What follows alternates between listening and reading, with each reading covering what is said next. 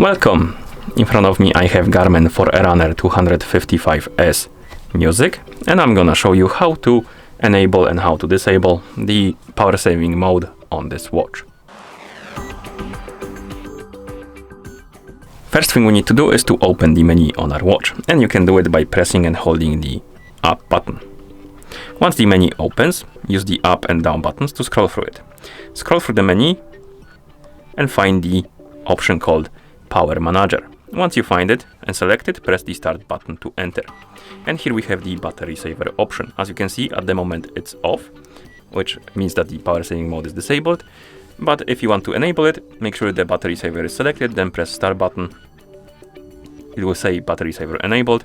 We have the estimation of days for the battery, and then we can press the back button and you will see that the status is now on and the estimations of days is 11 days.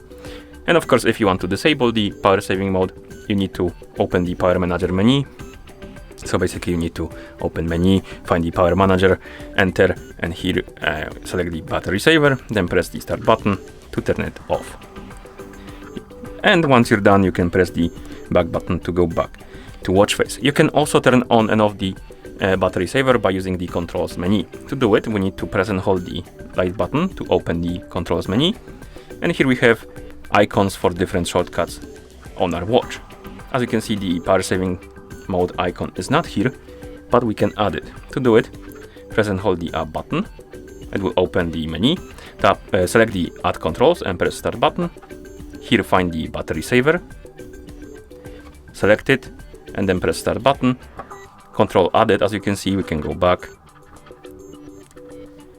And now, if you scroll through the menu, you will see the battery saver icon. Once you select it, you can press start button to turn it on, and then you can press it again to turn it off, like this.